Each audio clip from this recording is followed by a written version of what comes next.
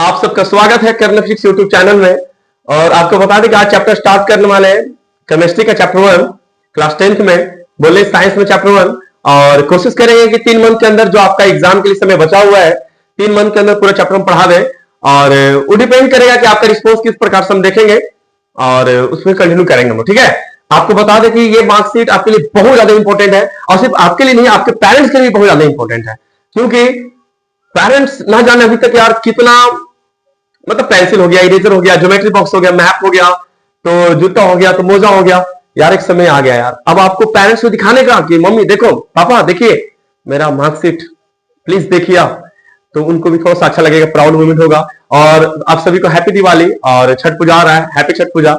But आपको बता दें कि आपका दिवाली सारा त्योहार उस रिजल्ट के दिन होगा जिस दिन का आपका रिजल्ट आएगा। चलिए स्टार्ट करते हैं। रासायनिक अभिक्रिया एवं समीकरण एक्चुअली में चैप्टर है क्या, आपको बता दें कि क्लास 9 के अंदर चारों चैप्टर पढ़े होंगे आप लोग। पहले चैप्टर क्या पढ़े होंगे, आप पढ़े होंगे हमारे चारों ओर के पदार्थ। दूसरा, क्या हमारे चारों ओर के पदार्थ शुद्ध है। तीसरा, परमाणु और अणु। और तीसरा पढ़ेंगे परमाणु की संरचना। इंग्लिश में पढ़ेंगे कौन सा, आपको बता दें कि matter in our surrounding, is matter around us pure. और तीसरा पढ़ेंगे आप लोग एटम एंड मॉलिक्यूल्स। और चौथा पढ़ेंगे स्ट्रक्चर ऑफ एटम। ये आपका फिजिकल केमिस्ट्री था, उसमें कहीं पर भी आप रिएक्शन नहीं बनाए होंगे। बट आपको बता दें क्लास 10 के अंदर फिजिकल, इनऑर्गेनिक, ऑर्गेनिक तीनों पढ़ना है। उसमें सबसे पहले चैप्टर जो 1 है आपका, ये आपका most of the inorganic chemistry का है। क्योंकि आपको इसमें बता दें कि अच्छा इनऑर्गेनिक कहेंगे किसको, जिससे फिजिकल एंड केमिकल प्रॉपर्टी दोनों पढ़ना होता है, बट ऑर्गेनिक कंपाउंड के बारे में नहीं पढ़ना होता है। और जिसके में ऑर्गेनिक कंपाउंड पढ़ेंगे वो हमारा हो गया ऑर्गेनिक केमिस्ट्री। चलिए स्टार्ट करते हैं। रासायनिक अभिक्रिया एंड सबसे पहले देखेंगे भौतिक परिवर्तन क्या होता है। ऐसा परिवर्तन जिसमें नया पदार्थ नहीं बनता हो, नया पदार्थ नहीं बनता हो और साथ में किसी प्रकार का रासायनिक अभिक्रिया इसमें इन्वॉल्व नहीं होता है, तो वह परिवर्तन जिसमें किसी प्रकार का रासायनिक अभिक्रिया ना हो और साथ में नया पदार्थ नहीं बने। और एक चीज नोटिस करने वाला बात इसमें है, उसको रिवर्स भी कर सकते हैं। जैसे आप बर्फ से पानी बना दीजिएगा हीट करके, तो पानी को वापस से फ्रीज करके हम लोग बर्फ भी बना सकते हैं। तो नया पदार्थ कहां बना, आइस से पानी बन गया। अब फिर इसको हम क्या करेंगे, पानी से फिर तो वापस आइस बना ही सकते हैं हम, तो कोई भी नया पदार्थ इसमें बन नहीं रहा है, ठीक है। चलिए दूसरा देखते हैं, रासायनिक अभिक्रिया क्या होता है। रासायनिक अभिक्रिया क्या होता है, जब याद रखो, जब दो या दो से अधिक पदार्थ आपस में मिल करके, तो ध्यान दीजिएगा, जब दो या दो से अधिक पदार्थ आपस में मिल करके अभिक्रिया करके एक नया पदार्थ बनाते हैं, चाहे एक से अधिक भी हो सकता है, लेकिन नया पदार्थ बनता है, उसी को रासायनिक अभिक्रिया कहता है। जैसे यहां देखिएगा H2 प्लस O2 बन जाएगा H2O। इसको आप रिवर्स नहीं कर सकते हैं, नॉर्मल समझिएगा। H2 या हाइड्रोजन और ऑक्सीजन मिलकर के क्या बना दिया, पानी बना दिया। और नए पदार्थ के जो गुणधर्म होगा बिल्कुल अलग होगा किससे, जो हमारे पहले पदार्थ थे। मतलब इसको अभिकारक बोलते हैं। अभिकारक का जो गुण होगा, आपको बता दें, उत्पाद के गुण से अलग होगा, और उत्पाद का जो गुण होगा अभिकारक से अलग होगा। मतलब नए पदार्थ का गुणधर्म बिल्कुल अलग होता है, ठीक है। चलिए फिर से रिपीट करते हैं। दो या दो से अधिक पदार्थ, दो से अधिक भी हो सकता है, आपस में अभिक्रिया करके नए पदार्थ का निर्माण करते हैं। जैसे आप देख सकते हैं हाइड्रोजन एक ईंधन, एक फ्यूल है जो जलने का काम आता है। ऑक्सीजन जो जलने में हेल्प करता है, लेकिन H2O उसको मतलब आग को बुझाने का काम आता है। तो जस्ट इसका प्रॉपर्टी इसका अपोजिट है कि नहीं है, तो ये बात हो रहा है कि नया पदार्थ होता है उसका गुणधर्म बिल्कुल अलग होता है। चलिए एक और एग्जांपल लेते हैं। अगर हम बात करें, थोड़ा सा ध्यान दीजिएगा, NaCl जैसे Na प्लस, अगर हम इसको Cl2 से रिएक्ट करवाते हैं, याद रखिएगा यह सोडियम है और यहां पर क्लोरीन है। ये दोनों प्रकार पॉइजन है। आप सोडियम अगर मान लीजिए इनहेल कर लेते हैं तो आपको बता दें कि आपके ऑर्गन्स डैमेज होने लगेंगे और कहीं ना कहीं डेथ होने का कारण हो सकता है। और क्लोरीन एक मतलब पॉइजन है। आपको बता दें कि सोडियम और क्लोरीन जब मिल जाता है तो आप बनता है क्या, NaCl। NaCl तो हमारे लिए जरूरी है, डेली खाते में NaCl। तो इसका प्रॉपर्टी इन दोनों का प्रॉपर्टी से बिल्कुल अलग हो गया। इसी को बोलेंगे रासायनिक अभिक्रिया। मतलब दो या दो से अधिक पदार्थ आपस में मिलकर के नए पदार्थ बनते हैं, और नया पदार्थ जो गुण होता है बिल्कुल पुराने वाले पदार्थ से अलग होता है, ठीक है। अब इसको रिवर्स नहीं कर सकते आप, NaCl फिर NaCl अलग अलग नहीं कर सकते आप, याद रखिएगा। NaCl बन गया। अब यहां देखिए बात क्या सुनिए, अभिकारक। अभिकारक क्या है, अभिकारक क्या है आपको बता दे, वे पदार्थ जो रासायनिक अभिक्रिया में भाग लेते हैं। क्या कर रहा है, वे पदार्थ जो रासायनिक अभिक्रिया में भाग लेते हैं उसी को हम लोग क्या कहते हैं, अभिकारक। दैट मीन्स ये हमारा हो गया अभिकारक, ये हो गया मेरा अभिकारक। ये दोनों भाग लिया है। लेकिन अगर बात करो प्रतिफल किसको कहेंगे, प्रतिफल को हम उत्पाद भी कहते हैं।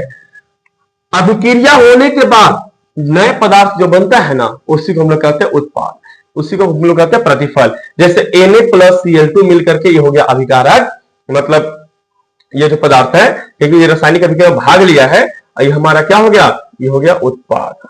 उत्पाद बने मतलब क्या, प्रतिफल हो गया। ये कोई दिक्कत इसमें, कोई दिक्कत इसमें? चलिए बिल्कुल नहीं होना चाहिए। चलिए अब देखते रासायनिक अभिक्रिया होने की परिस्थितियां क्या क्या है। पहला, अवस्था में परिवर्तन देखने को मिलेगा आपको। जैसे कोई भी अगर रासायनिक अभिक्रिया होता है तो कुछ कुछ आपको देखने को मिलेगा। पहला, अवस्था में परिवर्तन देखने को मिल सकता है। जैसे कार्बन है इस सॉलिड फॉर्म में होता है, ऑक्सीजन है गैस फॉर्म में होता है, ये दोनों मिल गया तो गैस बन गया, मतलब ठोस से गैस में कन्वर्ट हुआ कि नहीं हुआ, तो अवस्था में परिवर्तन हो गया। ताप में भी परिवर्तन देखने को मिल सकता है। जैसे यहां कैल्शियम ऑक्साइड है, जब इसको पानी के साथ अभिक्रिया करवाएंगे तो कैल्शियम हाइड्रोक्साइड बनेगा और प्लस में काफी अमाउंट में हीट बनेगा, काफी अमाउंट में हीट बन जाएगा। तो यहां पर देखिए आप क्या, ताप में परिवर्तन हो गया। दूसरा क्या, गैस का भी उत्सर्जन हो सकता है। जब आप HCl को, अम्ल को आप क्या करिएगा, किसी धातु या के साथ अभिक्रिया करवाइएगा तो यहां पर हाइड्रोजन गैस बनता है, हाइड्रोजन गैस बनता है। तो गैस का उत्सर्जन हुआ कि नहीं हुआ, बिल्कुल हुआ। रंग में भी परिवर्तन हो सकता है। जैसे यहां पर कॉपर सल्फेट है, आप सबको जानते हैं इसका रंग कैसा होता है, ब्लू कलर का होता है। जब इसको आयरन के साथ रिएक्ट करवाते हैं तो बन जाएगा फेरस सल्फेट और इसका क्या हो जाएगा, आयरन सल्फेट बन जाएगा और यहां ग्रीन कलर का ही होता है। तो आप देखें कि ब्लू से यहां पर मतलब कलर ब्लू था इसका, आप ये फाइनली यहां पर बन गया ग्रीन और कॉपर अलग हो जाता है। ये डिस्प्लेसमेंट रिएक्शन भी है, आपको बताएंगे आगे। और चौथा, अवक्षेप का बनना। जैसे NaI है, इसको पता PbCl2 के साथ रिएक्ट करवा देंगे तो आप यहाँ पे NaCl क्या बन जाएगा, PbI2 बन जाएगा। और PbI2 हमारा क्या है, प्रेसिपिटेट है, अवक्षेप है। ठीक है, आपको बता दें कि इसमें से हो सकता है रासायनिक अभिक्रिया आपको 1 में देखने को मिले, 2 को मिले, 3 को मिले, 4 को मिले, हो सकता है 5 को मिल जाए। तो ये सब आप देखेंगे रासायनिक अभिक्रिया के दौरान आपको देखने को नजर आएगा। आगे देखते हैं रासायनिक समीकरण किसको कहते हैं। तो रासायनिक अभिक्रियाओं में भाग लेने वाले पदार्थ के संकेतों एवं सूत्रों की सहायता से लिखते हैं। जैसे अच्छा अब बताओ क्यों लिखते हैं। अगर हम बात करें इसको, अगर मान लीजिए सूत्र से नहीं लिखते हैं तो यहां पर कैल्शियम लिखना पड़ता, यहां ऑक्सीजन लिखना पड़ता, यहां पर कार्बन डाइऑक्साइड लिखना पड़ता, तो बहुत बड़ा बड़ा बन जाता। तो रिएक्शन एक लाइन में आता भी नहीं, फिर second line, third line, confusion बहुत ज्यादा क्रिएट कर देता। इसलिए क्या कहा गया इसमें कि उसके लिए सिंबल बनाया गया और सिंबल के माध्यम से हम लोग क्या करते हैं, उस केमिकल रिएक्शन को लिख देते हैं जो कम जगह में अच्छा से हो जाता है। जैसे देखिए रासायनिक अभिक्रिया उसी को बता रहे हैं कि रासायनिक अभिक्रियाओं में भाग लेने वाले पदार्थों के संकेत एवं सूत्रों की सहायता से लिखते हैं, उसी को हम लोग क्या कहते हैं, रासायनिक समीकरण कहते हैं। क्या कहते हैं उसको, रासायनिक समीकरण। जैसे आप यहां देखिए ना, यहां मैग्नीशियम है और प्लस में ऑक्सीजन है, ये दोनों मिलकर के बन गया मैग्नीशियम ऑक्साइड। क्या बन गया, मैग्नीशियम ऑक्साइड बन गया, जो आपको बता दें कि ये व्हाइट कलर का होता है, व्हाइट कलर का होता है। चलिए इसका हम एक्सपेरिमेंट करके दिखाते हैं आपको। ठीक है, मेरे पास मैग्नीशियम रिबन है यहां पर। ठीक है, इसको थोड़ा सा तोड़ लेते हैं। कितना तोड़ ले, इसका जो फ्लेम उतना एग्जाम में पूछता है कि इसमें ऑब्जर्वेशन लिखने के लिए कि आप इसमें क्या देखते हैं। चलिए इसको सीधा कर लेते हैं और आपको दिखाते हैं। ठीक है, चलिए मेरे पास लाइटर भी है, कुछ गलत मत सोचिए आप लोग। ठीक है,